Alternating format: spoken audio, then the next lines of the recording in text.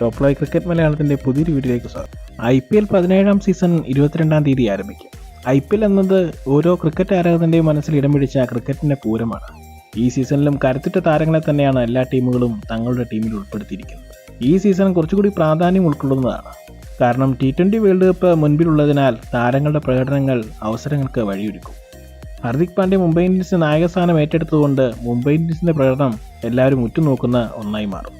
സൂര്യകുമാർ യാദവ്, ജസ്പ്രീത് ബുംറ എന്നിവരെയൊക്കെ ഒഴിവാക്കിയാണ് താരത്തെ ടീമിൻ്റെ ക്യാപ്റ്റനാക്കി മാറ്റിയത്. കൂടാതെ ഗുജറാത്തിൽ നിന്നും മുംബൈ ഇന്ത്യൻസിലേക്ക് എത്തുകയും രോഹിത് ശർമ്മയെ മാറ്റിയതുമെല്ലാം ഇതിന് മറ്റൊരു കാരണവുമാണ്. മുൻ south African cricketer AB de Villiers പറഞ്ഞത് ഇങ്ങനെയാണ്: ഹർദിക് പാണ്ഡ്യയെ കാത്തിരിക്കുന്നത് ഒട്ടേറെ വെല്ലുവിളികളാണ്. ടീമിനുള്ളിലെ പിണക്കങ്ങൾ മുതൽ നഷ്ടപ്പെട്ട ആരാധകരെ സന്തോഷപ്പെടുത്തുക എന്ന വെല്ലുവിളിയും ഇതിൽ ഉൾപ്പെടും. ഓൾറൗണ്ടർ എന്ന നിലയിൽ തിളങ്ങുകയും മികച്ച ബോളിംഗ് പ്രകടനം നടത്തുകയും ചെയ്യണം എന്നാണ് താരം ആവശ്യപ്പെടുന്നത്. ഹർദിക് പാണ്ഡ്യയുടെ ബോളിംഗ് പ്രകടനമാണ് താരം കാണാൻ ആഗ്രഹിക്കുന്നതെന്നും പറഞ്ഞു. ടീമിലെ ഓൾറൗണ്ടർ അഭാവം താരം നികത്തും.